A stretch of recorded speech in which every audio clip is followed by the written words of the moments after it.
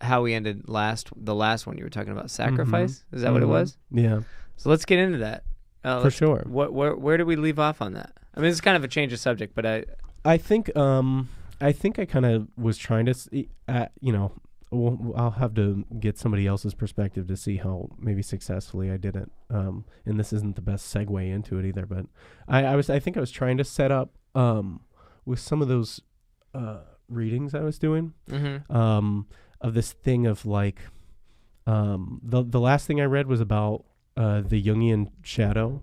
And a lot of it was a few segments from different books by Carl Jung about the shadow. Yeah. And Carl Jung, for a lot of people who don't really know him, is thought of as kind of one of the fathers of modern psychology. I mean, maybe not. He was more recent, No, I think him and Freud definitely a big, definitely a massive contributor to the study of psychology. Yeah. But towards the end of his life, he really started to get more invested in these ideas of like archetypes, ideas of I only learned about Jung through what my school taught me. I'm just now kind of discovering his more maybe esoteric or like metaphysical views about life. They specifically kind of shy away from that, I think, because they feel like it kind of discredits some of his work. But it's something I've been really interested in, But so this idea of the shadow is like a really big thing for him. Yeah. And I've just kind of come across this idea in kind of trying to conceptualize things like the way in which the world works that requires that things be bad. Sometimes I'd say with air quotes, Yeah. There's a good analogy to be made within, the microcosm of just a person that you can compare to, the macrocosm of society or, the world or the universe or whatever. And I think that's kind of what he's doing with that idea of the shadow. But so I started trying to do a lot of work to understand maybe why if you can start to try to think archetypally. Is the idea of the shadow? Is the idea of the shadow? Is he saying that you are essentially just what we would call evil behaviors, that they're in you, that you're capable? Yeah, definitely. And more than that is that it's something that will always be in you. It's a part of you as much as you maybe would like to pretend it's not. Where does it come from? This is a quote. The shadow is a moral problem that challenges the whole ego personality, for no one can become conscious of the shadow without considerable moral effort. To become conscious of it involves recognizing the dark aspects of the personality as present and real. This act is the essential condition for any kind of self-knowledge. So to know yourself is to know the shadow. And he talks specifically, I mean, it might go further where he talks about, by confronting your shadow, realizing how much of a problem you are to yourself. I guess what I'm curious about, and I've always thought about this with him, is to what degree are we to admit our shadow exists? Meaning, I've always wondered, like, do I have to invent it? The idea is that you need to confront it or come to terms with it. Maybe confront's a different, come to terms with it, accept it. But I think, within that would be the idea that you'd want to understand it. And what I don't know is, am I saying I'm capable of things that I'm not even sure I'm capable of for the idea that I'm comfortable with my evil? I want to know kind of the level that we're supposed to be taking responsibility. Because I think we all know our own evils if we just, honestly, if you just sit down and journal and self-reflect and ask yourself some questions. But then I wonder, like, is the idea that and I do think this might be what he's saying, is that every evil that's ever been committed, you're capable of. Yeah. Right? That's part of it. Yeah, for sure. Yeah. And so you're as bad as Hitler. You're a child rapist. You're everything. I think you're also Gandhi and Jesus. Sure. Yeah. And I think that's one aspect of it for sure, that he's asking you to try to come to grips with or to try to conceptualize.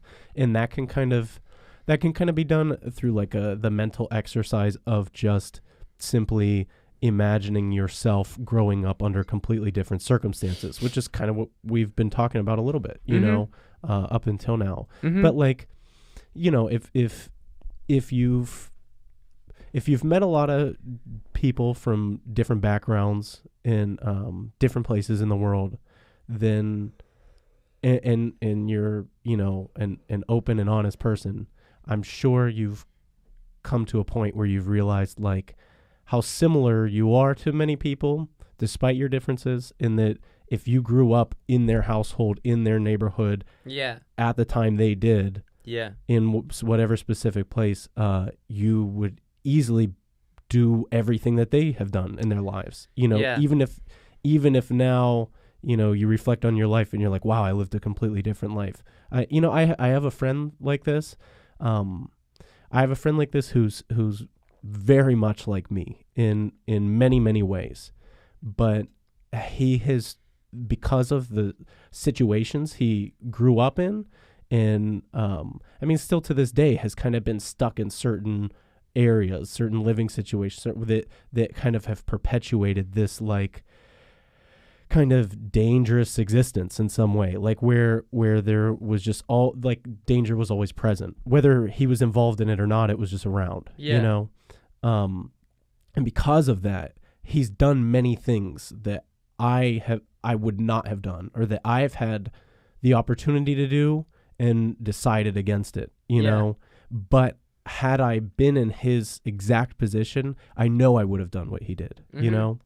And he's a great guy. I'm not trying to paint a bad picture or anything. I guess the hard thing is that, like, I think about it all the time too, because, you know, if you are the type of person that ever felt like you leveled up, that you were one thing, you learned some things, you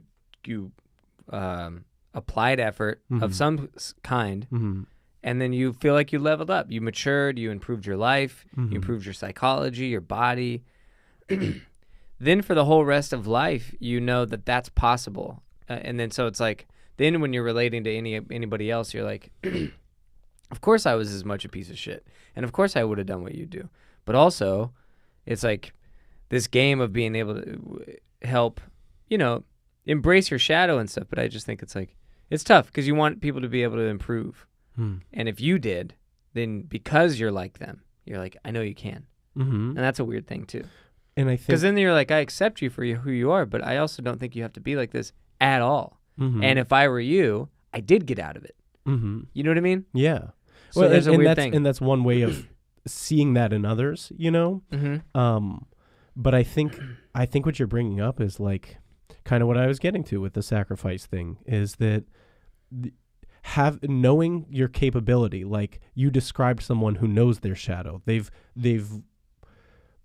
learned lessons in life in a way where they've been able to rise above it, you know. They still remember it. They have still probably wrestled with some of the things they've done that they wouldn't do now. But because they have actually been that person, done things that they wouldn't do anymore, their decision to live a life that is the opposite of that is a much more meaningful decision than if they never had to be faced with that. So how does this relate to sacrifice, or the ritual of sacrifice? In one way, there's many ways, I think, but in one way, what you're describing is a person who has kind of identified their shadow, and then in a way they've sacrificed it for a better life, you know? And when that person started to do it, when they started to change, they probably didn't see all the ways that this would pay off. Yeah. They just entrusted that by giving up something, I think, you know, we read a lot about sacrifices in the Bible, or ancient people, or we think about tribes doing it. It's an uncivilized thing. But I think, you know, I heard Jordan Peterson say this, is that it's actually a very, it's a very intelligent concept, but when we as humans are lacking the ability to express this, we have to act it out. It's almost like a play. You have to perform something in order to show how you feel, you know? And I think this is also happening, like with what I said. I think you can learn things or choose. I think these ancient stories that we think are silly or nonsensical in our lives now are actually really great analogies for sacrificing something that's much more personal than maybe an animal for those in your town to eat and have, just because you were giving it to them or what. Something much more personal, and that is like your beliefs about life, like what you believe about a thing or about other people. Yeah. Because those beliefs are way bigger than you think. And like I experienced this in my own life where for a long time, and especially when I moved here, because there were things I hadn't dealt with within myself. And now I'm being thrust into a position or a situation where I'm around more people than I've ever been around in my life, just on a daily basis, confronting higher numbers of people. And because I hadn't dealt with certain things in my life, in myself, with my shadow, I would project them onto other people. Right. And so I started to feel really negatively about everyone in the world. I started to feel negatively about everyone I kind of encountered while I was outside of my house. Yeah. I would have a negative view of what was happening, just things I would do personally. And then that ended up giving me a much bigger kind of negative worldview. And I think I was really, I think that's not who I am at all. And I think that was making me really unhappy and making me struggle with life a lot. And because I was lucky enough to kind of stumble into maybe some avenues that some people don't take, like that have to do with meditation or spiritual thinking or archetypal thinking, this type of stuff with the shadow. And because I've had experience, with church and with being open with groups of people and really exploring myself, I was fortunate enough to discover that there's other beliefs I can have about life, and that the current beliefs I had about life were not making me feel good. Did you feel like you had because the metaphor of salvation, that's what that is. So like dying to your old self, becoming something new, being born again. Do you feel like you ever had a pivotal moment where you felt like you died to the old and was born anew? Yeah. Not religiously, but just conceptually. Yeah. What was that like? I think I've had a couple, and I think I've had them on, the scale that you're talking about, and then I think I've had a couple on like a smaller scale where I caught myself, and I just said or I just had a wake up call where I was like, well, you don't have to be thinking about things in this way. Like you don't have, like where I could see things from outside of myself and really, really see things for what they were. What was the first big, for lack of a better word, I do think some Christian language is perfect. Like salvation moment. I think that's a good way to say it. I think with Even anything, a lot of things become like buzzwords or phrases that end up being kind of meaningless because of how they're used. Church but does that. I think the Christian language is, I think. But so like born again, that's a great one because that's actually trying to say that that's a caterpillar turning into a butterfly. It's going in and then shedding. It's new man, old wineskin, all those old metaphors. It's also death and rebirth. Death and resurrection, yes. But do you remember the first one that you had like that? Yeah. And what were some of the concepts that did it? I don't remember like the first moment, because I think it was a long time ago. But it definitely had to do with having some really close friends and experiencing things on like mission trips and things like that. Yeah. Going to really rough places and trying to help people, and then kind of exploring our own perception of these things and just our thoughts about life in a way that was plenty of people have different experiences at church. I was probably, I think the first time I maybe really, really felt it, probably around 15. Cool. If I can think about it, I really felt kind of like in harmony or at peace with life, or like I was able to let go of some things and feel good on a trip I took to Chicago. or actually, no, it was New York. I think New York, when I was probably 15. Oh, okay. And just having that group of friends and that ability to kind of discuss these things and really, be as open as I could be about any aspect of my life and things you might be going through, that type of thing. Yeah. I think through all those kind of filters, I was able to filter out enough kind of like gunk in my life to see it for what it always is, that it, I think that thing is always there. We just get put like layers on top of it, Yeah. and it's harder to reach that feeling that's really always somewhere inside you, but probably where it's been the most profound was like we were talking about maybe on the not the last podcast, but the one before, about like a change in your life that kind of happened around a year ago or so. And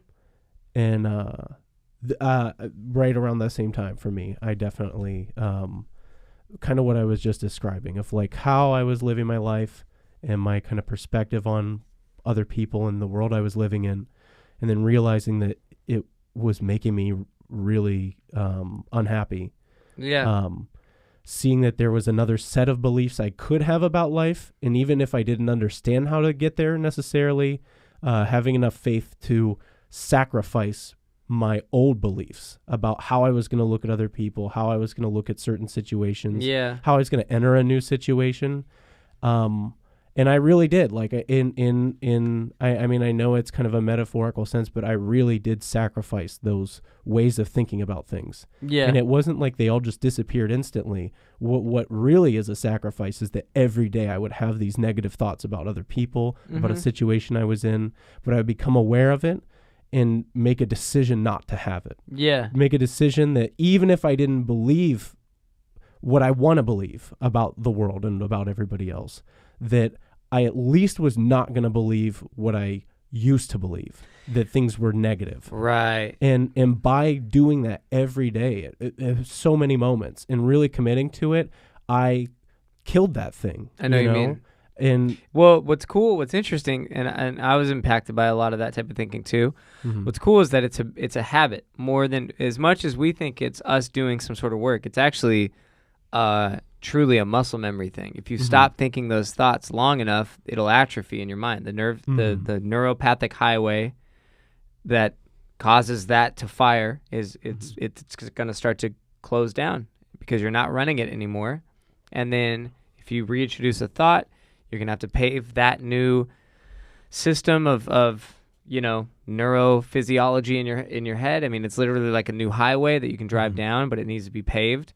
And that shit takes it actually takes like anywhere between 21 days to 3 months. So if you hardcore listen to certain thoughts in your head and catch them every time and just refuse to dig in when they pop up, it's like, I hear you, but fuck off.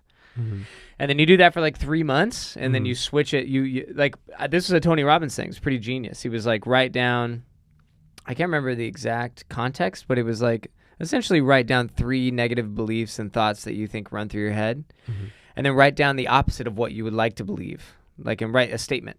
So have them formulated that way, and then say that one, the second one, on purpose all the time in your head. And that's what affirmations are. That's it. You realize what a lot of this hokey shit is that you're just trying to reprogram your mind not to think shitty things. It's only been hokey now. And you've talked about this a bunch of times, is like his thing that like abandon corniness. Like it's going to be corny, but it's not a bad thing. That's how this stuff When I realized works. that corny, I don't like, there was a few little moments this last year where I was like, oh, if I can just not be worried. Corny, like when I realized like I am a positive, I do like being positive, but not in a fake way. Like I like laughing. I like joviality. I like good-natured people. I like seeing people overcome things and do better for their life. I like when everybody's hanging out and it's fun and upbeat and positive, and even if it's ball busty, even that's fun. I just like a generally positive outlook on existence. And when I realized, like, when I came to terms with like, there's nothing wrong, whatever, it is what it is, man. Some people are not going to vibe with that because and this is what I think a lot of times, there's insecurity that stops you from doing that because you think people feel like it's corny or fake. And then that one, and then the other one was, and this is kind of a, not on the same subject, but it was a really huge moment for me where I realized that being excited is an emotion that really matters to me. Mhm. Like, it's something that really moves me. If I can Yeah. get excited about something, I can move. Yeah.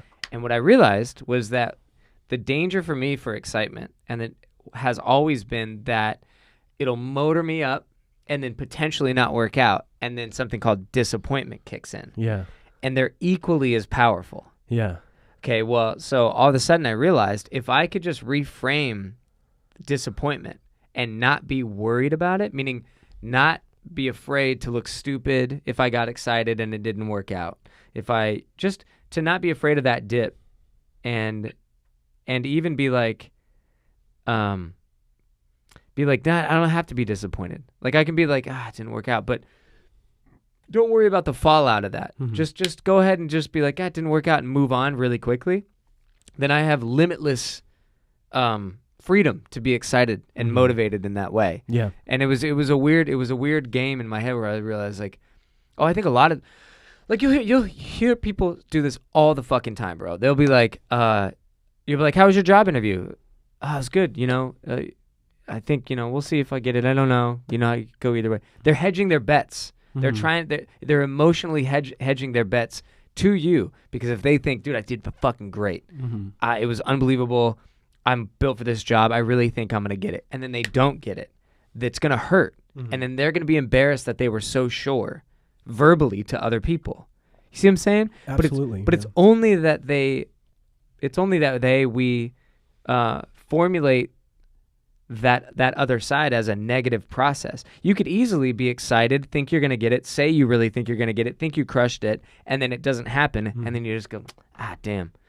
That's all it has to be. You don't have to really care if other people remember. This is maybe my own journey, and maybe, not everybody, but for me, it was like I would get in my head like, other people heard me be so positive about that, or excited about that. I'm the same. You know what I mean? You and I are really, really similar. Yeah. As soon as I let go of that, I've been able to be more freely the way I like to be, which is upbeat, positive. Let's go. Let's do this. I think it's going to work out. This is what I think is going to happen. That's why I'm doing it. Well, and if it doesn't work out, then I'm like, I'm free to take the blow for a second, but not really let it kick me in the dick and stop me from just keep going on the next thing. You know what I mean? That's And when I think, without even kind of maybe realizing it, you've identified exactly what this thing is of like, I get the same way about being really excited about things. And I know, I remember being like, as a teenager, I realized this like seesaw of like getting really excited because I'm a very excitable person. Yeah. And then like disappointment. Right. And what you've kind of laid out is exactly, and then you get afraid to be disappointed. Disappointment is the shadow of excitement. Yeah. And one way to deal with it, sure, is by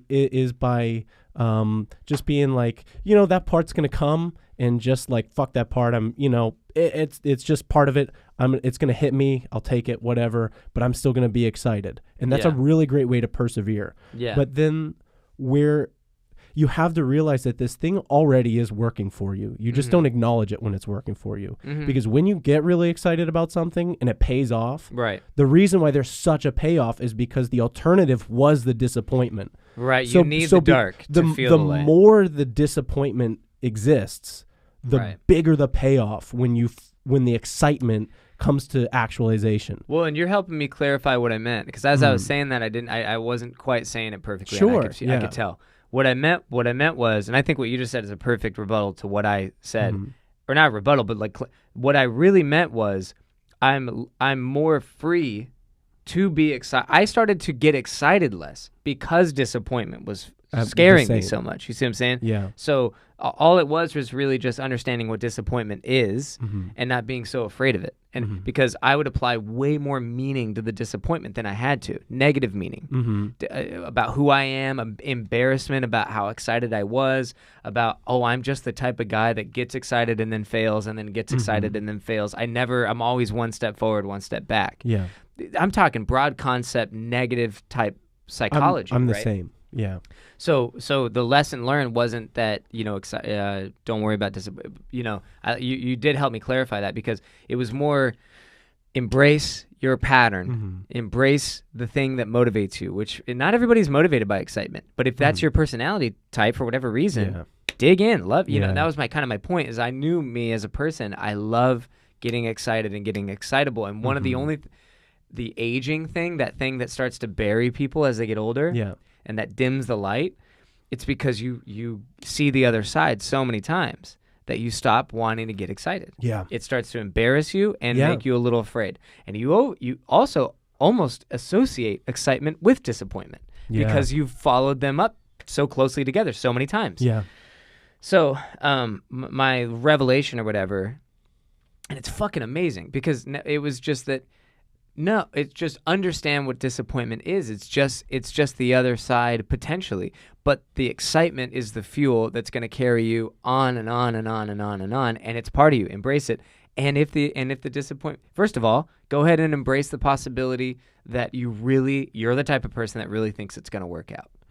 Some people are the type of people that are, air quote, realists. They think here's the negative, here's the positive, and we'll see. No, I'm excitable. I think it's going to go great. Yeah. And I'm like, I think it was like exciting to openly let myself believe in what could be perceived as naive, because I know, you know what I mean. There's a part of your brain that knows that this could all go haywire. Dumb. Exactly. Yeah. But it's more important for your process to embrace, just thinking it's gonna go fucking great. Yeah. And not just visualizing it, even more simply just processing all the things that you could do to make it go great. Yeah. Which is focusing on it going great. But the point is that, like, when the disappointment comes, being like, just not being afraid of it at all. At all. Go ahead. Come and I'll feel it, and it is what it is, and you're right, it makes when it goes great even better. But the point is don't give it that you gotta don't let it stop you. You gotta welcome it. And that's what I've learned to do, is like all these things that everybody attributes. The greatest example, and we talked about this before, is like death. Death is like the ultimate bad thing. It's the ultimate disappointment. But I think it's the ultimate like teacher. I think there's really nothing more that can happen to you than experiencing a death for you to start analyzing your life and thinking about your decisions and what you want your life to be, all that. Right. And so we think these things are so negative and we try to run from them, but really, if you understand that you can get super, super excited. You might be disappointed. The more disappointed you are, the bigger the opportunity it is to learn from why are you disappointed? What happened? What could be different the next time? All these things. And so in that example, you've taken something that first this thing was hindering you from becoming excited, and then now seeing it this way, you can get even more excited because like, first of all, it's not going to matter. Like, even if, I can hedge my bets against myself and try not to embarrass myself and sound silly, none of that's going to matter. Yeah. Probably the more excited I am and positive I am, the better the thing is going to go, period. First of all. But then even if there's any disappointment after, there are absolutely experiences where you can just go, wow, this is a point where I can learn something. And then the thing is going to go different the next time. You get to have a different experience. But it also gives you a more sober look at what you're disappointed at. Because you, instead of taking it so personally, I used to take it so personally. I used to make it such a broad thing. Yeah, this huge thing about that I'm destined for failure because of the way I was raised. Like, sure. You know what I mean? That's how far it can go. And then that's why you start to get afraid of it, but it's ridiculous. That's where you start to gain some power, is because now your disappointment can teach you clearly and soberly. You can be like, I know what I need to learn. Also, you'll realize that, or like, you can realize in this process that you don't have to learn much at all. It just didn't work out. Yeah. Don't change much. Right. That's at the very least, it's just not a big deal. Yeah. At the very least. Yeah. It's as big a deal as you want to make it. And as long as you're making it a positive big deal, like a learning experience big deal, that's what I'm talking about.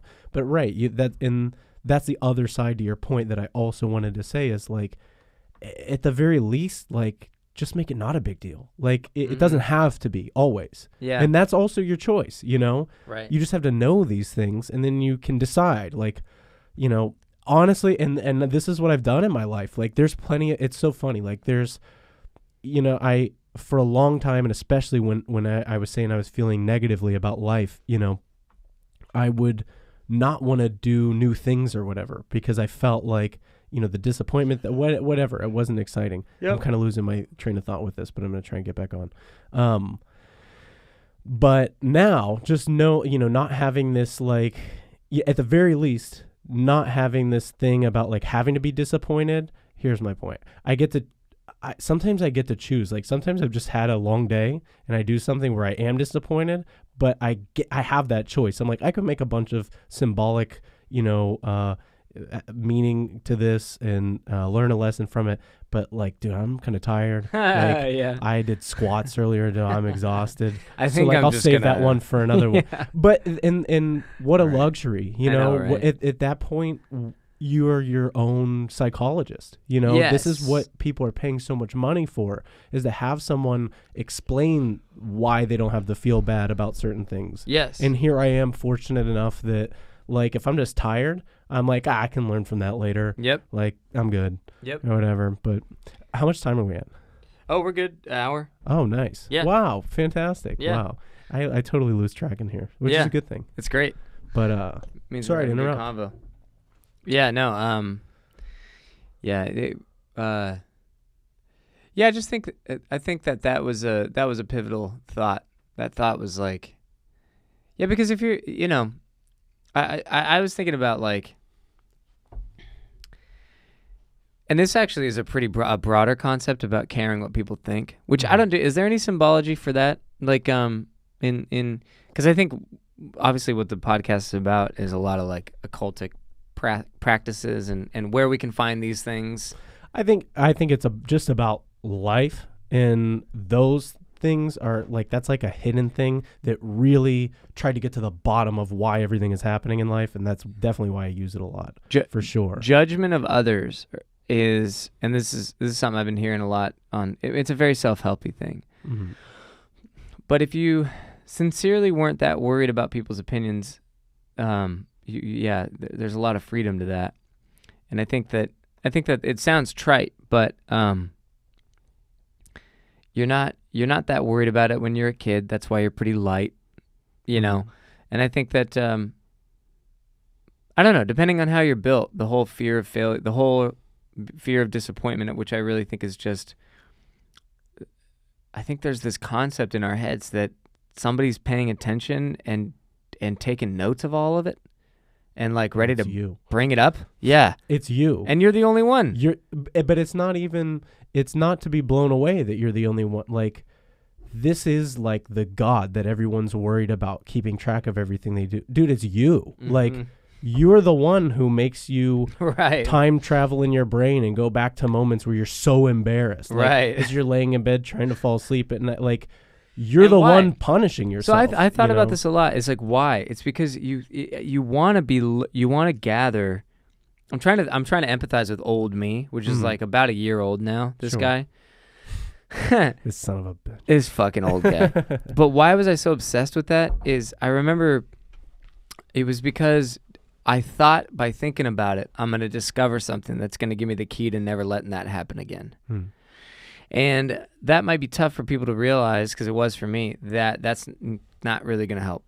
Analyzing those things that make you feel like shit are not, I don't know, man. Me and my mom were talking about this, because she was talking about that there's a very masculine, feminine thing, cliche thing about like, when women have a problem and they just want to talk about it, they really, really just want somebody to be like, man, that sucks. That fucking sucks. They don't want any answers. Whereas like masculine trait is like straight answers. Like, if you got a problem, all right, cool. I'm going to try to solve it. In a general way. Yeah, you can definitely say this. Sure. Yeah. Oh yeah. Like, these are just masculine, like, feminine dynamics. And I have it with my wife. Like, I'll totally, like, if she has a problem, she'll be telling me the problem. And I'm immediately just like, all right, well, here's what we need. And she doesn't want that at all. Mm-hmm. She doesn't want any answers or suggestions or solutions or anything. Mm-hmm. She just wants me to hear it and agree about the way she feels about it. She wants to feel validated about how she feels that way. Yeah. And it's weird for me because I just don't do that. I I do want to be validated, but I really want to fix it, right? And so what's interesting about that is I was talking to my mom about it. I was like, it's tough because I fundamentally disagree, I think, with validating it. Like, but this is what I'm learning. It's like, I just think it needs to be as quick as possible. Like, let's validate, let's dig into how we feel and go, God, that really sucks. But I think that people give themselves the excuse and make a pattern out of that. And if you're just analyzing things that suck and wallowing in whatever, the emotion of it, and then also even thinking about it in terms of, oh, it sucks so bad, and then maybe trying to find solutions for it never happening. I just wonder how much that's a waste of time. And I just really think it's really good to spend a ton of your time thinking about things that make you feel good. That's kind of, and disappointment's one of those things too. It's part of that process. Excitement, I feel great about. Disappointment, okay, so the whole cliche Nelson Mandela thing, I never lose. I either win or learn. Well, here's what that saying is doing. It's making you feel good when you lose, and that's good. So it's like all of life is finding a way to categorize your existence into a way that's making you feel good right then. And good can be anything. Good can be happy, motivated, interested, curious.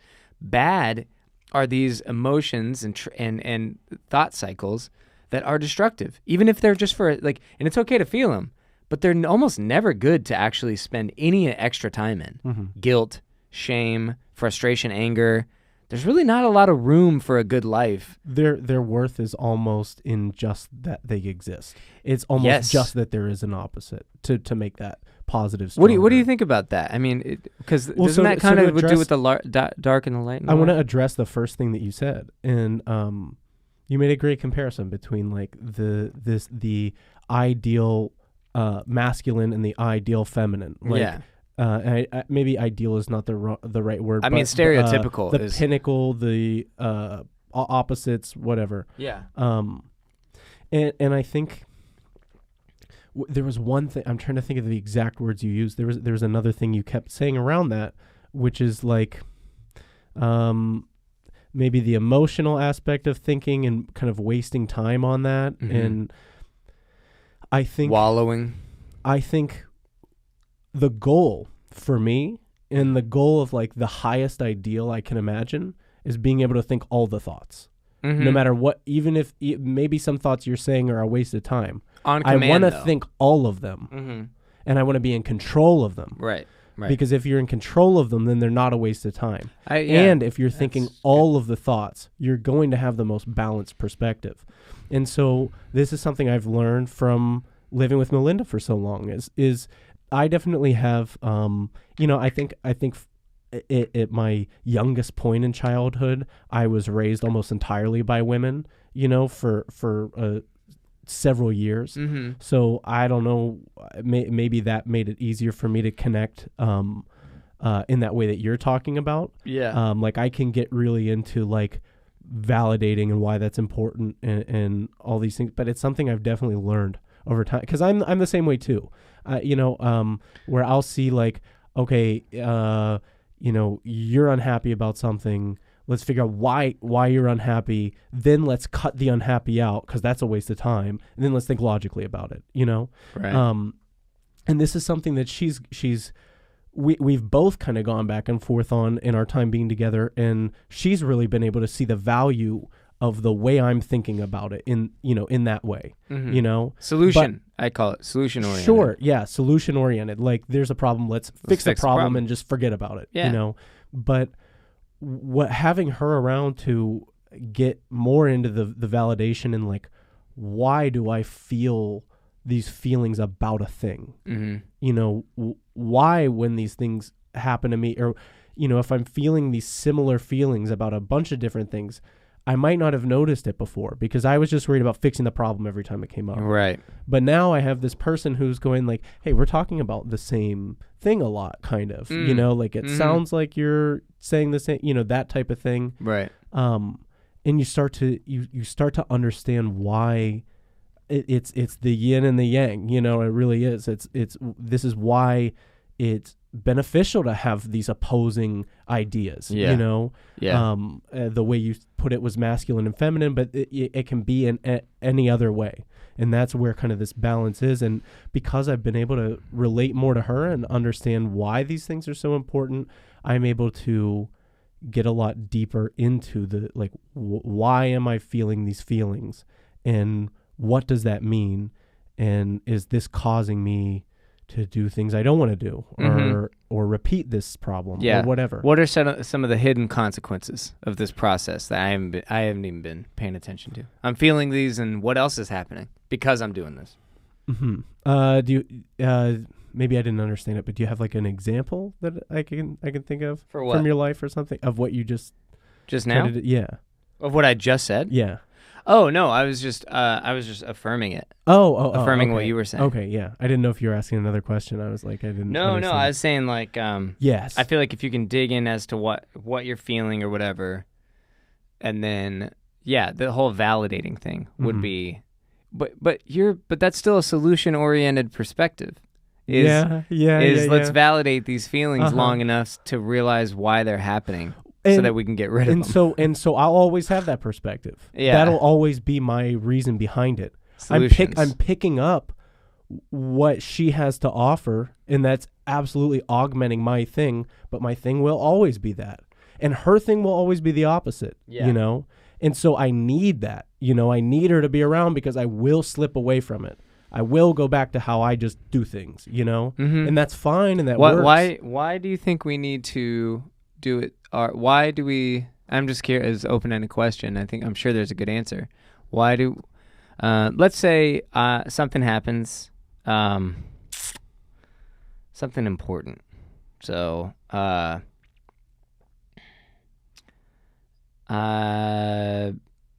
don't know. I'm trying to think. Somebody broke into my car, and I'm pissed about it.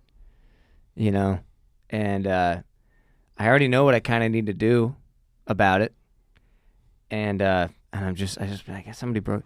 I personally don't find a lot of value in being validated about it, so I'm just trying to figure out. Right, and I understand it's really hard to come up with an example. If I was telling her, I was like, I got my fucking car got broken into. She's like, God, that sucks, and I go, that's I think more. That's about it.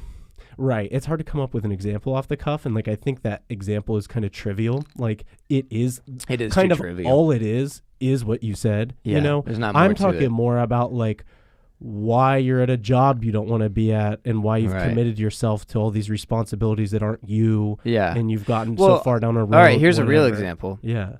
It came up because my mom was talking to me about it because I'm trying to help her like start to live a better life. And so she has all these things, like she's been in a cycle of not living and thinking the right way for a long time, and it's a whole thing. So she has I'm trying to help her get out of that, but there's going to be residual all the time. Even if she's thinking different and living different, there's so much residual from years and years. The layers. And they're problems. There's just problems that are popping up. And something happened. She's trying to finalize her divorce. And part of that process is, and then there's all these tax problems with their ex-husband. And it's like apparently there was like these huge batch of important papers that the ex-husband had, and she was just trying to handle it, but he's like, those are gone. And apparently it's just a big deal to her. And she was trying to say that like it really sucks because it dredged up all of the ways that she was treated in the past that was terrible from this guy, mixed with, the heartbreak of breaking up and all the trauma, and then it's so shitty that he's so careless and not even helping with this important thing, which is all these tax problems and getting a divorce. And so for her, it's like everything, right? And she was telling me, she's like, yeah, and I know you're not like I know I talk to people, not you, about this stuff. Because I just want to hear them be like, you know what, that guy sucks. Like, that fucking sucks. There's no way around it. You're in a tough spot right now, and that blows. And so my point is that, like, I guess if I could just learn to say the sentence, hey, that sucks, and just let it sit for like 2 minutes, then get to solutions, it really is to me, it's implied that it sucks and your emotion. And maybe that's what it is. It's that I feel okay with my emotions. I don't know. I don't know if you know what I mean? It's just a step that you are fortunate enough to skip. Like if I'm having a problem like that, I know it sucks. I feel validated. Maybe it could be that. Maybe that I internally validate that feeling. Maybe not always. Maybe I have good people around me that validated me and I didn't even notice it. You know what I mean? Yeah. And maybe I do need it, or we all need it. But anyways, my point was that I was like, man, that sucks. But I didn't even really say it. I was just like, all right, well, let's just get onto it. You know, let's, but yeah, I mean, I guess it was just, to me, it was implied that it sucks. Yeah. No, I You know? that's something a couple years ago I started trying to do, is kind of exactly what you said. To just, sometimes that sucks isn't exactly what it is, but it's just a version of that. Right. Yeah. Where you're like, he's the worst, or you don't deserve that. Right. Somebody wants that. Or you bring up certain things about, you bring up things that they already know about why they don't deserve it, or that they think that, because what we deserve and all these things, that just gets to life lessons and how you interpret everything. It's all perspective. Right. That's down a rabbit hole. But the point is like, yeah, I have had to learn that too, is like specifically like how to identify, to go even beyond like that sucks and go like, okay, why is this affecting this person so much? What are the things they've done in their life where they've maybe done them intentionally so that other people don't have to feel the feeling they're feeling? And feel. How can I how can I express that I know that to them? Mm-hmm. Yeah. And yeah, I think for a lot of guys, it's not as important. And by the way, I'm a pretty emotional guy, so it's not like a big tough guy thing. Oh yeah, I'm a relatively emotionally not sensitive. Gotten dude. that from you? Yeah, no, it just happens to be a way of dealing with what seems. It's just a problem-solving method. Yeah. And the wallowing is not. I just But anyways, I'm learning about that. And that's kind of what I mean is when it's uncontrolled, it's wallowing. When it's controlled, you're seeing both sides of it. Right. You're not taking something personally beyond the point of like, okay, I can learn a personal lesson from this thing that is happening to me and how I choose to deal with it. But it's just a good way to see both sides of it, I think. Yeah. A balanced perspective. And I appreciate that I have that, I wouldn't otherwise. I wouldn't without her. So I was just, I was listening to, this is kind of a tangent, but I was listening to something about quantum mechanics, just all of life. I love it. It just reminds me of that everything's a paradox. Everything is both and. That and I mean, there's a lot of people that do not see the world this way, and that will fight you on it. That things are never true or untrue; they're both, and your reality is entirely made up of your perspective. And I mean, it's a dangerous. The way I just said it is definitely flawed. It does seem like there are things that are definitely real, but it just within the paradigm of quantum mechanics, it doesn't. It just is easy to draw the conclusion that if observation makes a particle choose a position, it just stands to reason that all of the universe, in every experiment, their observation is a factor. And then they made this great. Somebody had this great thought, which is brilliant. This is why there's multiple worlds theory. Is that you're also moving. You're part of the quantum problem as an observer. All the rules are followed within your own observation. You, the being observing, and then so that's like, all right. So then what's affecting what? Like, are you affecting the particle that's now stationary? It was wave and now it's particle because you saw it, or is it looking at you? I mean, how do you even know? Both. They're both. It's both always and both. Everything is both. So it just made me think of that. Is like there is no. So it's like embrace deal with the emotion by thinking about it a little bit or being solutions. Like both. So if you don't do one side, this is me kind of to myself being like, of course it's better to fucking validate it for a second because you never do that. So just by virtue of the fact that it's always both. Yeah. Understanding opposites is really important, I think. I think it's a beautiful understanding.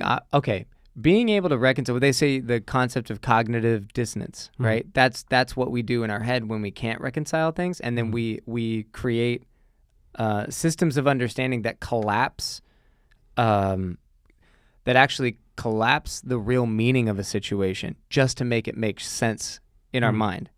Meaning, if something disrupts a set of beliefs long enough, you will fuck with that thing that disrupt it and call it not, and you'll to line up cognitive dissonance.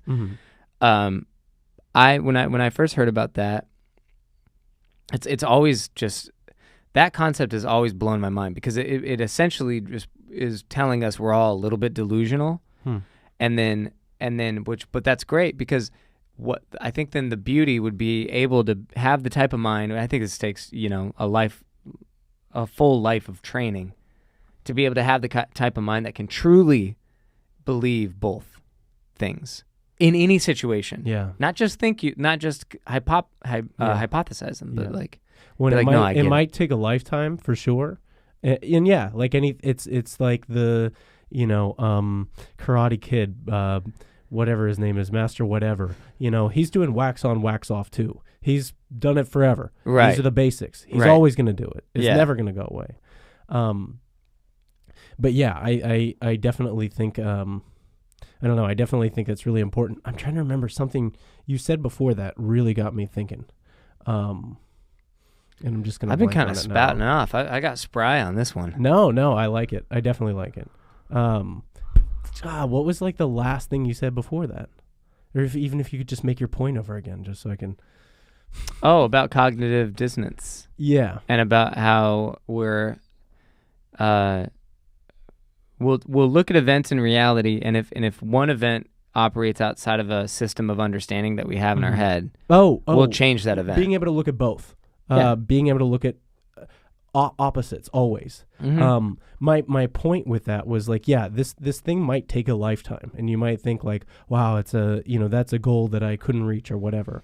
But just by trying for a little bit, that's exactly what I've done, and it's in a few months been able to really, really change how I perceive everything that happens to me. Right. Where I am able to kind of see the opposites, and I'm able to make a choice about how I respond to the opposite of the thing I want to happen, and why it's important and necessary to be in my life. And I'll always have to practice it. I'll always have to do that. It'll always be a challenge. It's like staying in shape. But exactly. But it's definitely already, just in a short amount of time, made a big enough difference that I would recommend it to anyone, that I think it's really worth it. The concept that meaning you've worked on the practice of understanding both sides, looking at opposites. And I think it's amazing that you brought up quantum mechanics or quantum physics. I was listening to a quantum physicist in the lobby on my phone when you walked in. Hilarious. Yeah, that's awesome. And really there's a lot of philosophers involved in quantum mechanics and quantum physics. And it's because quantum physics is almost like the opposite way of explaining the same thing, because that's all opposites are doing. Whether it's the thing you wanted or the thing that's bad, they both explain the thing. They both lay out qualities of a thing that you either think or that you want or that you don't want, but they're still explaining the same thing.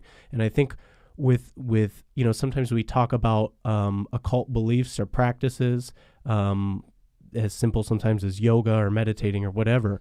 And I think quantum mechanics, we live in an interesting time where we can have these guys working on this to kind of put into numbers or maybe a more logical explanation the unlogical, the feeling thing, right, that we're constantly feeling. Right. And that was my whole point with the paradox, is that it's those are both. And that's the way I try to look at it. Whenever I learn these things, I really fully open myself up to like an esoteric, instead of material, immaterial, the opposite of material. Try to conceptualize things from that point of view, because it exists. The fact that you can even think of it means it exists. It's undeniable. So I try to acknowledge that. And then I also try to listen to these guys who are trying to put it into numbers or into the logic, into the opposite. Yeah. And dude, they're having a tough time. And they're always shocked because it just verifies like all these ancient ways of thinking about things, you know, that we think are silly, you know? Yeah. And then it's also exactly what's going on with this Tony Robbins corny, you know, writing something out, your visualization, your ideal, or what. It's the same thing. It's all just, both are just, one's a corny way and one's a super logical, gritty way of describing, you know, how to manipulate your mind and at least your perception of the universe, you know, to benefit you and others. I honestly think that the concept that you can install thoughts into your mind, the thoughts that you would want to think, and think about your ideal life, and then start to ask yourself, what would a person who had that life be like, and conceptualize these things. And then start to install thoughts and behavior. Don't even worry about behaviors. Thought patterns that line up with what you think that life and that person would be and think. I think that is religion. I think that is faith. That is salvation. It's crazy to me how fundamental that is to the human experience. The ability to know what you're thinking and start to choose what you want to think, and to understand that will, above all things, change your life. Your actions will follow. Don't even worry about them. Just start writing down an ideal life, an ideal version of what you'd like to be, and you can be in detail, like I want this, and that. I want to be this, and that. Whatever, and then write down some thoughts and some thought patterns that you want to have installed, because that's what that type of person would think. If you're fat and you're like, I want to feel thin, right? You could be like, well, what would a thin person say? Be like, I'm thin. Like I this is how I did it on some of the shit that I couldn't get myself to believe. So wealth was a tough one. I've been poor my whole life. I started to believe I can be wealthy, and then you want to install the hardware and that you're emotionally. If you had $10 million. How would you think about it? You wouldn't think, I want $10 million. Or you wouldn't think, I'm done, or whatever, you know. There's all these thoughts that you have that you wouldn't think. You would probably think, what do I want to do today? You'd probably think, like, I wonder what kind of ways that I can be generous. I don't know. You'd probably think differently, because the whole point is to start to write those thoughts down, because that's what you would think if you had that. And the way I couched that, the way I compartmentalized that, to make sense for me, was I've always been thin my whole life. If I were to gain 20 pounds and just be kind of pudgy, it would not be that hard for me to conceptualize myself as thin, even though I'm actively fat. And that was like, it sounds so simple, but that's all change is. It's reconceptualizing yourself. So because I've been thin my whole life, if I got fat, I would think, I know, this is exactly how I think. I would think, God, I'm fat. But in my head, I'd be like, I'm thin. I'm a thin guy. I'm going to get back to that. That's how I think of myself. You see what I'm saying? You know how to think that way. You know how to. It's so fundamental. Be that person, I'm so thin wearing fat. Yeah. But I'm thin. You see what I'm saying? It doesn't matter whether that's true or not. It's that's what would get me there. Yeah. I would get thin because that's my fundamental belief about how I am. Yeah. That is how any change relative to where you are is going to have to be conceptualized in your mind. You have to first get there as a belief, as a thought process, and then you'll walk yourself right towards it. Every little step along the way will appear to you just either as a thought idea or a friend, all that magical shit will flow, and you're like, that doesn't make sense. It's like, dude, it makes just as much sense as if I gained 20 pounds, and if I knew I was thin, I would get right back to it, because I'm not worried about it. I'll eat the right way. I'll do it the right way. It'll just flow. The point is that I just think that it's insane how little it's being talked about. Yeah. That if you just fuck with your mind, fuck with your thoughts, your whole life will change. It's just because of this corniness thing. It's because no one wants to feel embarrassed. No one wants to be thought that, other people think they're silly or whatever. But if you just grew up and you went to school and they taught you about not only like psychology, but then taught you kind of like all this other stuff about like, here, this might feel silly, but this is the way a brain works, or like just Right. like you learn how a computer works. You know, you have to put in certain digits and certain codes. It's so simple. If I want the thought, I am massively successful. Massively. Okay, I want that thought. I want to feel that way. What would it feel like? Picture my head. Be like, what would it feel like to be massively successful? Like really just, and it's, okay, cool, man. I have lots of money. I have lots of freedom, and I know my lane. It'll be comedy. So now I'm visualizing that. Massively successful is too vague. I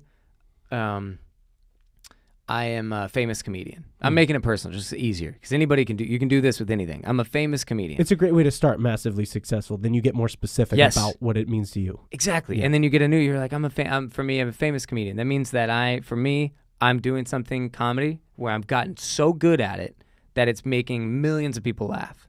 That's all that means.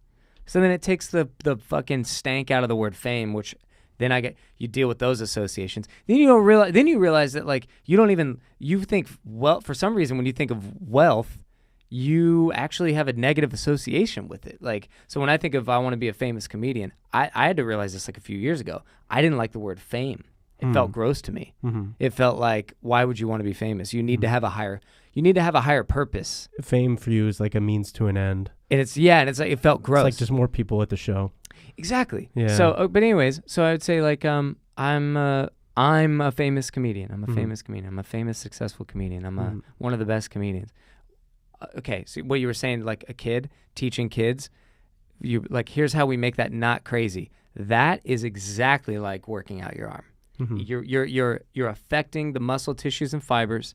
When you think these thoughts, you're affecting your neural hardware. You're actually forming new. It's physical. This is what I think is amazing. It's not ethereal, and it's actually happening in your head. The more you think the thought, the more it's paved. The more that is a muscle that's memorized. A belief is essentially a paved highway. You can repave a new highway.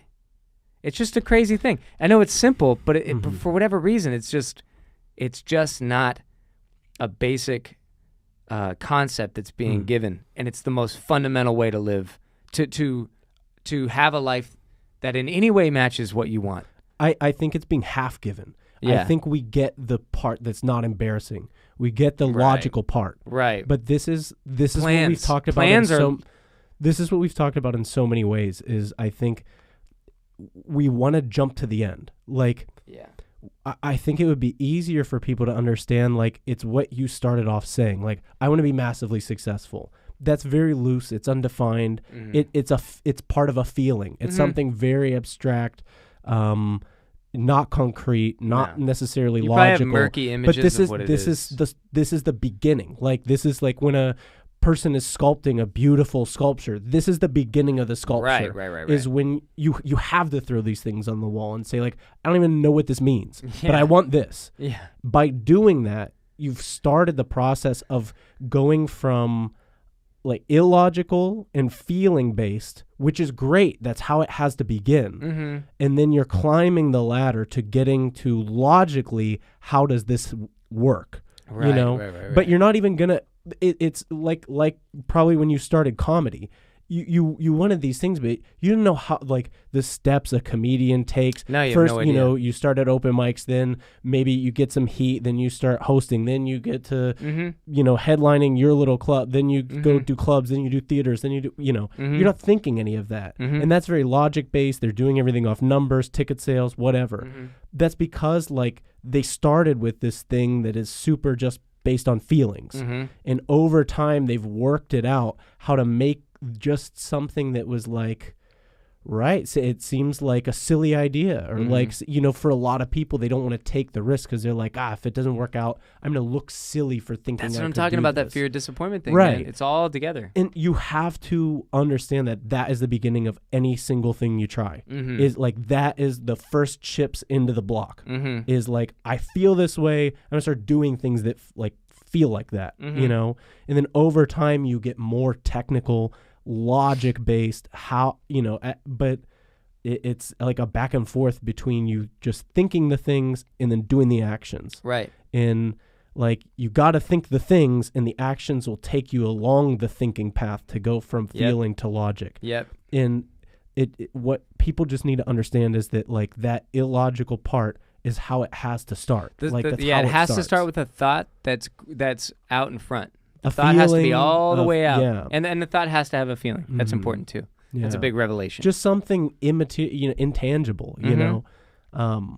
But yeah. And the key is that there are opposite thoughts. They're the ones you already believe, and identifying those are super important. Because I remember hearing about affirmations, and I tried them for a little bit, and it just could not have felt more purposeless. It was just garbage. Why would I say these words? They just felt like words I was babbling in my head. Well, what that is, that's what we're saying right now. In theory, what you can be doing with an affirmation is installing it as a belief. It's not just a thought. You need to say it enough to where it's something you actually like think automatically and resonate with. So the key is, if you are into affirmations, the key is to find ones that you can resonate with. Even if you don't believe it yet, you can find the feeling that if this was true, how would it feel? It puts you on the right track. It's this slight little push people need to just get over that hump. Yeah. You know, I am healthy and happy and everything goes well for me. All right. None of that feels true at all right now. I feel like shit. I'm depressed. Things always don't go my way. Well, first of all, write those thoughts down, because those are loud in your head. Yeah, might as well get them out there. So put those on paper, because those are garbage. You need to learn that they're garbage. Or that they're useful and that they're going to make that thing that you want much more valuable when you get there. That's the both and thing. Yeah, you're right. I apply my own intensity to certain things. And the only reason I bother, I know you know it. Yeah. The only reason I bother saying it is because like that's how I really felt about everything for a long time. Like when I wanted things to change, I just saw the bad things, and I'm like, I'm not gonna think about that, or but I think really embracing it and understanding how it can augment the thing you're trying to do, or give it more meaning or more importance. Or here's even a better way to maybe, or for if you were trying to be like, you know what, like, is that sure, those are true, the shitty ones, and sure, you resonate with them. But if you don't want those to be true anymore, what you don't realize, and this is important, what you do not realize is that if you don't want those to be true anymore, you have to start thinking the opposite of what those are on purpose. And purposefully asking yourself, what would it feel like if those were true? And just play that little game. I remember that, like, this is another Tony Robbins thing. He did this little trick, and I thought it was fucking genius. He was talking about like, feeling states, getting in certain states, and the feelings associated, all this shit we're talking about. But his technique that I thought was really smart is he'd be like, let's if you want to feel grateful, say like, what can I be grateful for? And what I loved is he was like guiding you on the tape. He's like, so what can you be grateful for? Ask yourself, what can I be grateful for? And then he's like, and if your mind is sitting there being like nothing, then say this. Okay, if I wanted to, what could I be grateful for? So it's like sometimes it's just that extra little layer between you and your shitty little self that's sort of being like, and going, okay. Well, okay. In a perfect, if so, I'm happy, I'm healthy, and everything goes well for me. Well, I feel like shit, I'm depressed, and nothing's going well for me. Okay, cool. Sure, those are true. But do you want that to be true long term? Well, no, obviously not. Okay, cool. Well, so those are the opposite. It's very important for you to start thinking the opposite thoughts and feeling those and resonating with those way more than the thoughts that you think are true now. Just so you know, there's no other way to really get out of this. Do you really want out? Yeah. Okay, cool. And then you think, I'm happy, I'm healthy. No, I'm not. And you're like, okay, if you were happy, what could you be happy about? Like what's something you could be happy about? It's just that game. Yeah. Is my whole point. Is that even if you resonate with the older version of yourself, there's ways to sort of move yourself, and that's the work you did. That's what I did. Yeah, that's what I was going to say. It's this effort you're putting into to trying to reestablish new thought patterns and then the understanding, the framework. This is what I think would be cool to teach young people, is to understand the framework of reality is that if your mind is right, everything else flows from it. You don't have to think plans first. You don't have to think actions first. You think mind first and feeling. If you want to be successful, if you're a 14-year-old aspiring quarterback, imagine what it would be like to throw a touchdown pass in the NFL, and then just get excited about it.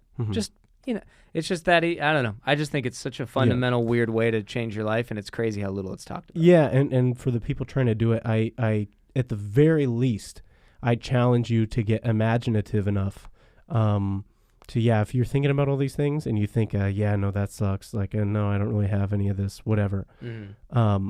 Or just bad thoughts, like you're talking about, thoughts that are negative. However strongly you feel about those thoughts, imagine having the other ones and try to imagine them as strongly as you're already feeling the thing you're feeling. And this is like you put, this is what I did. I didn't feel this way about the world and about others and all these things. I felt negatively about them. Right.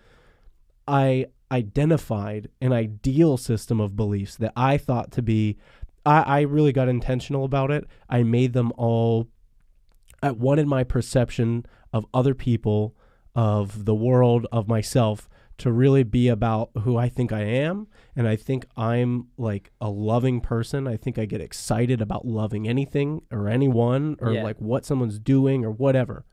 And so I kind of laid out, okay, if I'm someone who just loves everyone and everything, and not being naive, not saying there's not bad things in the world, but if I am truly committed to loving everything and everyone, I also have to love these bad things. That's where this came from. I have to learn to love them. They're here. There's a reason. If everything, if there's this push and pull, this universal opposites thing, this action and reaction thing, it's there for a reason. And if I'm not loving it, I'm not learning from it, or I'm probably going to run from it. And really even if I smart. do learn from That's it, I'm very probably smart. not learning from it with every quality it has to offer. So I began, I figured out a way I would think about things if I loved everything and everyone, even the dark things, and how logically, how would I justify loving something dark, How do you justify it logically? in a lot of the ways that I was talking about before, by seeing how opposites make the thing that you want so much more valuable or so much more filled with meaning, things like that. Man, that is wonderful. Yeah. And how do you? But I chose to just sacrifice my old way of thinking, even if I didn't know I didn't know the path to get to this new thing. How do you, in the presence of if there's an ideal and then here's the presence of the opposite, how do you have a system that you use in your head to work through that moment? Because you said process it with a logic that allows you to love it. I think it's kind of how you kind of just said it. Well, and so I applied this exact thing that I said before. If you have an ideal or something that you want to work towards, you have to accept it. You have to do the cheesiest thing first because you don't know logically how to get there. So I did the cheesiest thing.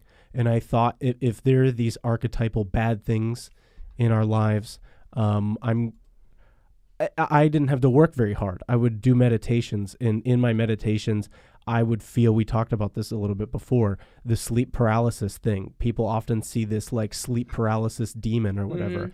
I would be meditating and I would, before I started seeing it, I would feel that thing. I would feel whatever that horrific like terror, that weird distilled that evil terror, whatever that is. I would feel that start to come up in my mind, and at first I ran from it because it was uncomfortable. But you were able to go to war with kind of you were able to go to war with an archetype. Yeah, and I how do you do it with and real? I did it in a loving way, and I did it in a cheesy way, because that's the only way I knew how to start. Is that whenever what I was describing is that you can maybe embody this thing in your imagination, make it a person or appear as something. I didn't have to do that. Whatever this thing is came to me that same way that people experience the sleep paralysis demon thing. Yeah. This was like, and then I started to feel it. I would run at first, then I started to become more comfortable, and I tried to understand these concepts that I'm talking about. And by understanding the concepts, that feeling became more embodied. And I would meditate, and I would see this thing in front of me as like this big, black, horrific thing, you know? And after kind of working on these concepts and trying to understand them, this embodiment of it came to me, and I was able to respond in an embodied way by imagining myself doing the most you hugged it. The most archetypal form of like appreciation or whatever.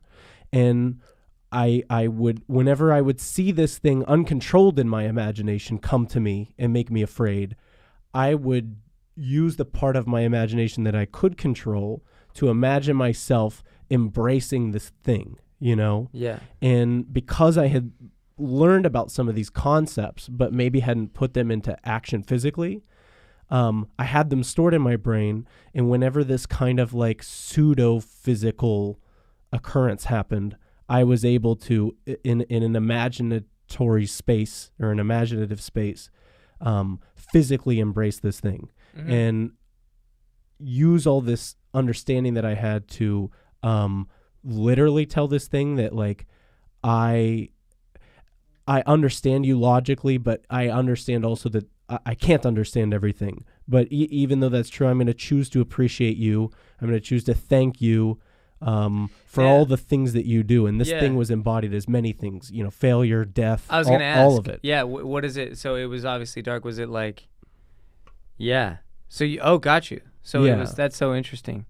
I was going to ask that. What do you think it represented everything you were kind of afraid of?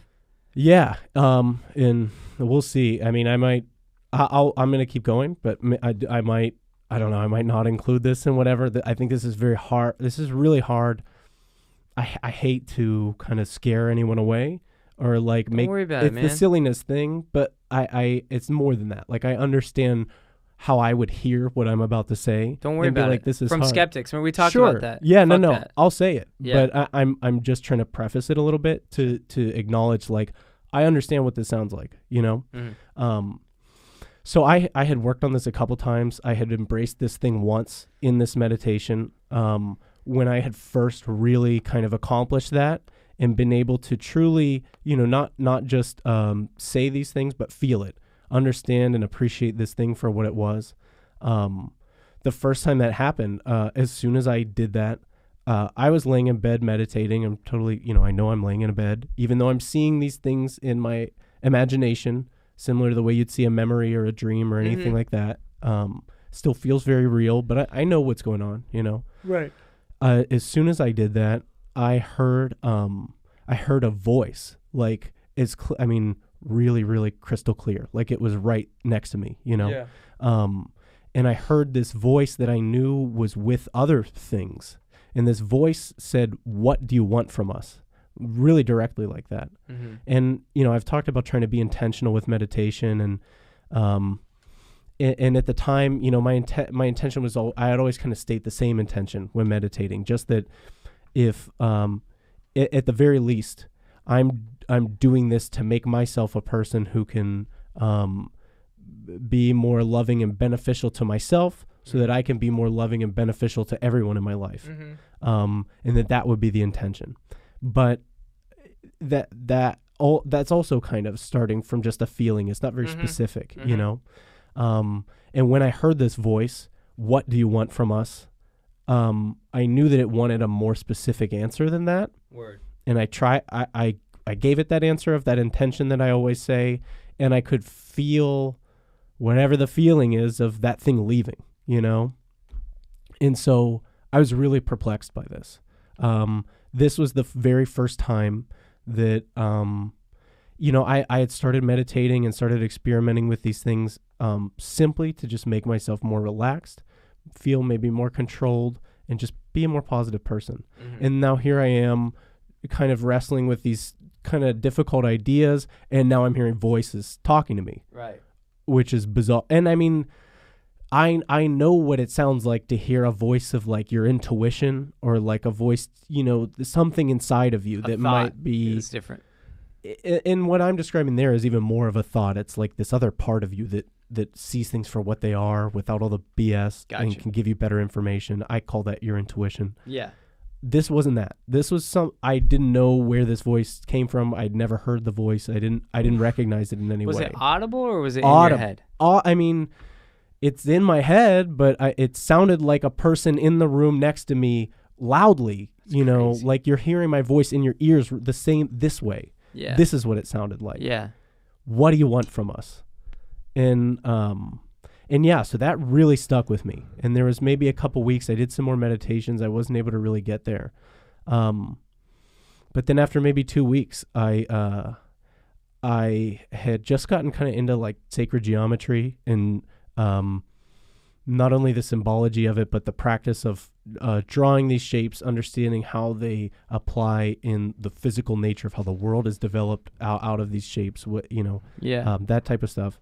And I would spend hours doing this, and it kind of puts you into a trance. It's the same way, like if you play Guitar Hero a lot, you finish looking at Guitar Hero and you're seeing like the strip moving down or whatever. Yeah. It's we like talked Tetris, about that. things fall. Day Yeah, at right. the beach. So I'd finish this drawing, this thing. I started to almost see these shapes in my head that I was like when I closed my eyes, in the same way you'd see the Tetris blocks falling, or the same way you'd see that guitar strip coming down. I'm seeing this shape kind of moving a little bit, but maintaining that shape that I drew. Okay. Mm-hmm.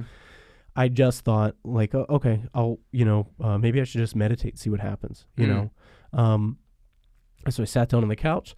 I put headphones on and listened to all sacred shapes resonate because they represent proportions that are very specific to like the whole structure of the universe. This is why they're sacred shapes, is because their proportions on a small scale match proportions that are on universal scales perfectly. Makes sense. Circles. Right. Circles are because everywhere. of that, they if you were to create one of these shapes, it would resonate with a very specific frequency. A sound. So yeah, right. A sound. This is how sounds work, but there's sounds that correspond to sacred shapes specifically. That's really cool. That's what That's like, a fun people world. listen to like binaural beats to relax, and that's what that is.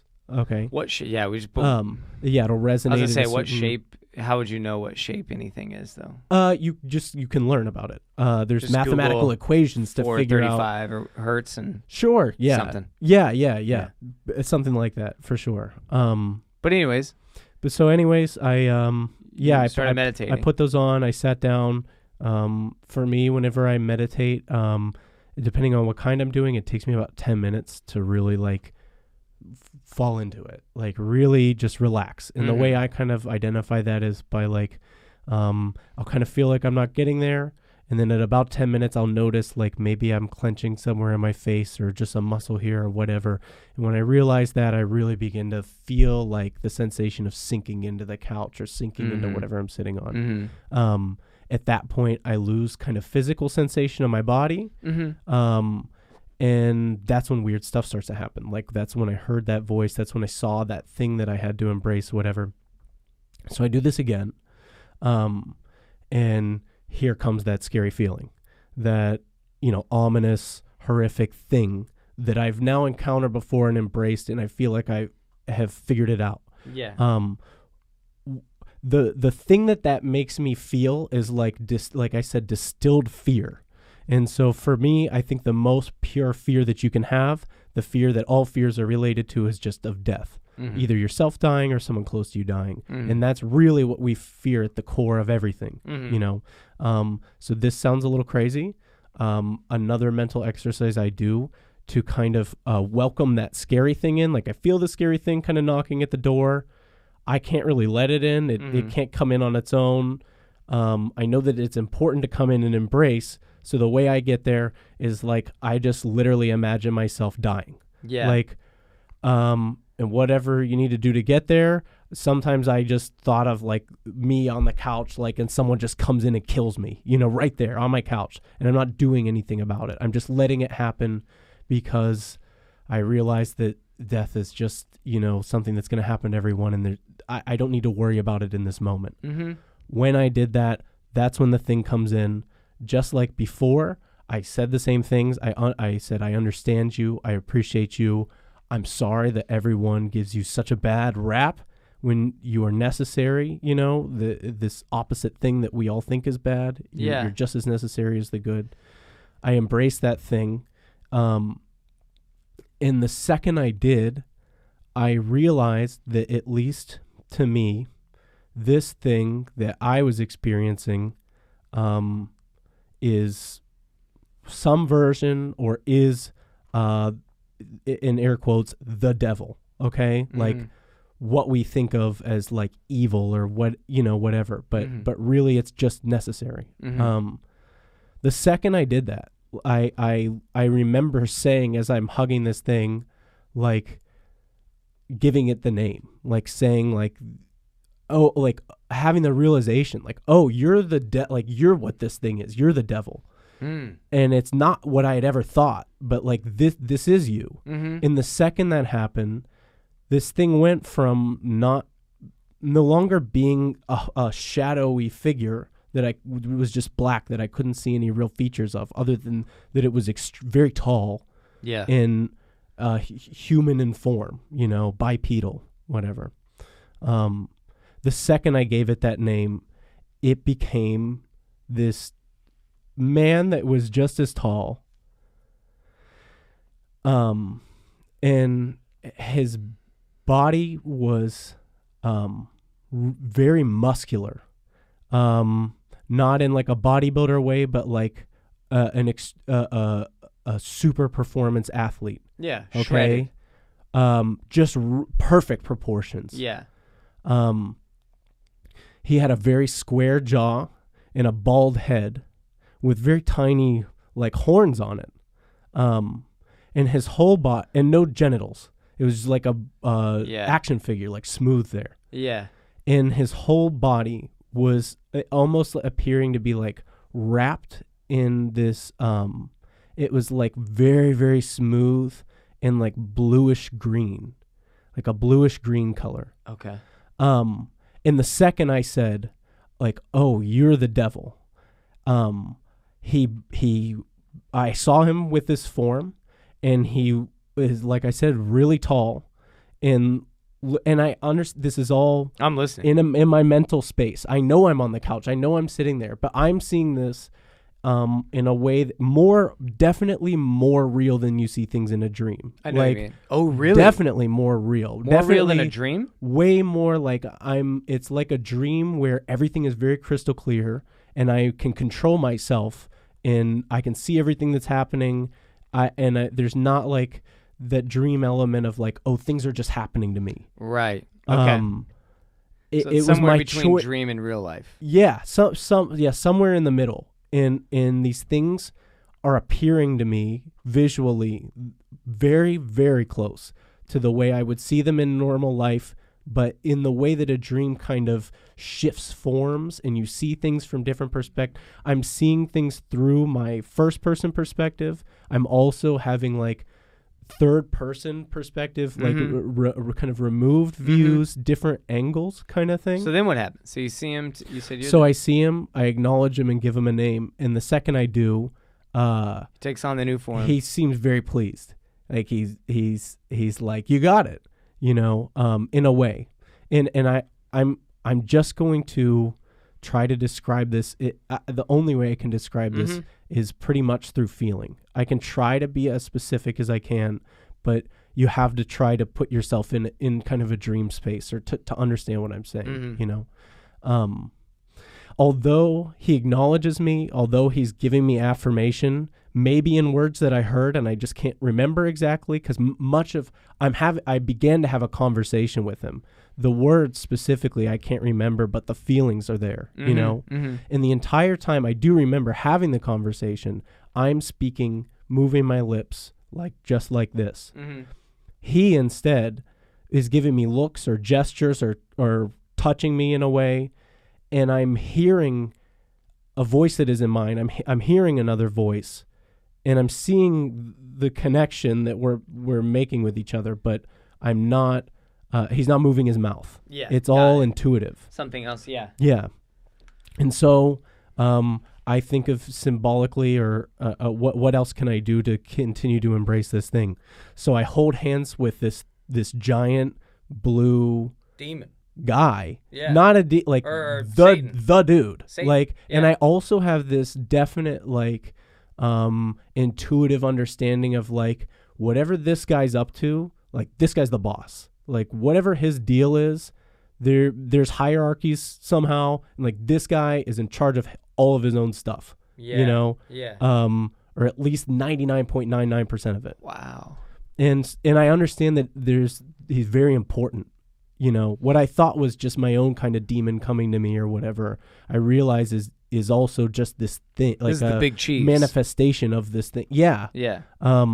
And so I begin to like walk with him and like hold his hand walking down this path. And I'm walking down a path that is, I can see into the distance, and it's all like red dust. Like if you can think like northern Arizona or like Utah, kind of red rock. Mesa. Dust. Yeah. We're walking on this path, and there's maybe some water around, but most of the area looks this way.